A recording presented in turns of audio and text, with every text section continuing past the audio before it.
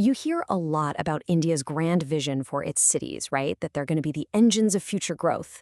But does the latest union budget actually put its money where its mouth is? Well, we're about to dive into the numbers, and they tell a really surprising story. A story that pits all that official rhetoric against some pretty cold, hard arithmetic. So let's get into it. So yeah, the official story is super ambitious. The government talks about cities as the core engines that are going to power India's growth towards Viksit Bharat, a developed India. And it's a powerful vision, but what happens when we actually check the math behind the message? And boom, this is where the story takes a sharp turn, an 11.6% cut to the total central budget for urban development. That single number just throws a giant question mark right in the middle of that whole optimistic vision we were just talking about. Okay, so let's really dig into that gap.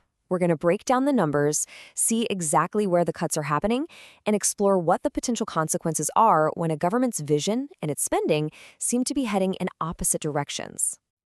To put that percentage into real terms, we are talking about a drop of over 11,000 crore rupees. That is a massive chunk of money. And remember, that's before you even factor in inflation, which means the real-world cut is even deeper than it looks. So, here's the really crucial point the source material makes. While the government talks a big game about capital investment and growth, this budget seems to treat urban development, differently. The argument is that it's not being treated as a core engine for growth, but more like a residual category. The part of the budget that gets trimmed and adjusted after all the other big priorities get their funding. Kind of like the leftovers. Okay, so if the whole pie is smaller, where is the money that's left actually going? Well, when you start digging in, you find one area that continues to dominate the spending, and it creates what the source calls a paradox. Just look at this. Wow. A full third, 1/3 of all central urban spending is still going to metro rail projects, even with a smaller budget overall. That is a massive concentration of resources into just one single area. Now, to be fair, the metro budget itself got a trim, about an 8% cut.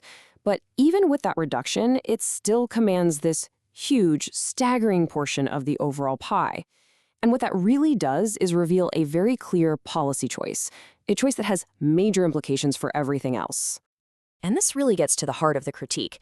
The focus stays locked on these super expensive, capital-heavy metro projects that serve very specific, dense corridors. Meanwhile, the analysis argues, that comes at the direct expense of things like city buses or proper cycling and walking infrastructure, the very systems that the vast majority of people in cities actually rely on every single day. So if metro funding is kind of holding steady despite the cuts, what about everything else? Well, this next part reveals what looks like a sharp retreat. Let's look at what's happening to the budgets for some of the most essential urban services and major welfare programs. And wow, this table just lays it all out. We're seeing cuts across the board on core programs. PMAY, the urban housing scheme, is down nearly 6%. AMRUT, which is vital for water and sewerage, gets a 20% cut. And then just look at sanitation. SBMU, the Swachh by admission, has been slashed by a staggering 50%. Half of its funding just gone. The source actually describes that 50% cut to sanitation as a fundamental rollback, not just a little trim here and there. The argument is pretty simple. Urban sanitation isn't something you just do once and you're done. It's a continuous service that needs constant funding for things like waste processing and making sure workers are safe. And these numbers aren't just figures on a spreadsheet, right? The source connects them directly to what could happen in the real world. Less money for housing? That can mean more overcrowding. Cuts to sanitation? That weakens public health for everyone. And reducing the water budget hits cities right when so many of them are already dealing with severe water shortages. So let's kind of pull all this together.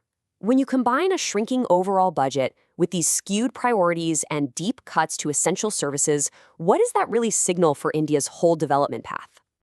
See, the timing of these cuts is what makes them so critical. They're happening at the exact moment that India's cities are facing these huge overlapping pressures. They're trying to absorb mass migration, they're on the front lines of climate change with floods and heat waves, all while their existing infrastructure is already buckling under the strain. So against that backdrop, the source concludes that this isn't really about being fiscally responsible or just tightening the belt. It actually calls the cuts strategic short-sightedness, basically a move that might save a little bit of money right now, but could lead to much, much higher social and economic costs down the road. And this quote, really, it frames the entire debate. The central argument is that you can't separate a country's ambition to become a high-income nation from the health of its cities. The two are fundamentally tied together. Your cities are where most of your GDP comes from. They're hubs of innovation. So the analysis suggests if you weaken their financial foundation, you're weakening the entire national project. Which really just leaves us with this one big question.